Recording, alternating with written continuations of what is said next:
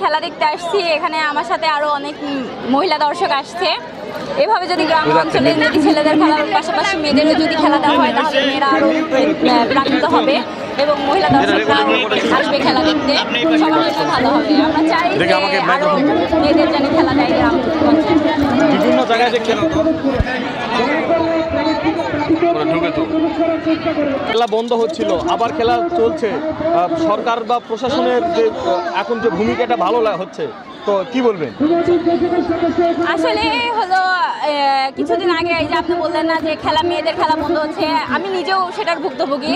কারণ তারাগঞ্জ মাঠে আমি গত 2 দিন আগে খেলতে গেছি, সেখানে সবাই মানে প্রশাসনের সবাই রাজি, কিন্তু ওখানে যে চরমোনাই হুজুর উনি মূলত খেলা হইতে দিবে না।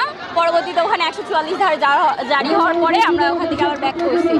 আসলে এইসব যারা করতেছে তাদের এগুলো করা উচিত না, কারণ সৌদি আরব, ইরান তারাও তো হলো পর্দার সহিত খেলাধুলা করতেছে, তারা তো আর ইয়ে করতেছে না, ওখানকার প্রশাসন তো না করতেছে না। অবশ্যই আমাদের বাংলাদেশেও এটা করা উচিত যে মেয়েদেরকে সুযোগ দেওয়া উচিত। ইভেন যদি মেয়েদের খেলা বন্ধই করতে হয় তাহলে যে যাত্রা হচ্ছে, কনসার্ট হচ্ছে, ওখানে তো মানুষ কিছু বলতেছে না, এখানে কেন বলবে? মেয়েরা তো পর্দার সহিতই খেলাধুলা করতেছে, এমন অশ্লীলভাবে তো আর খেলাধুলা করতে আসতেছে।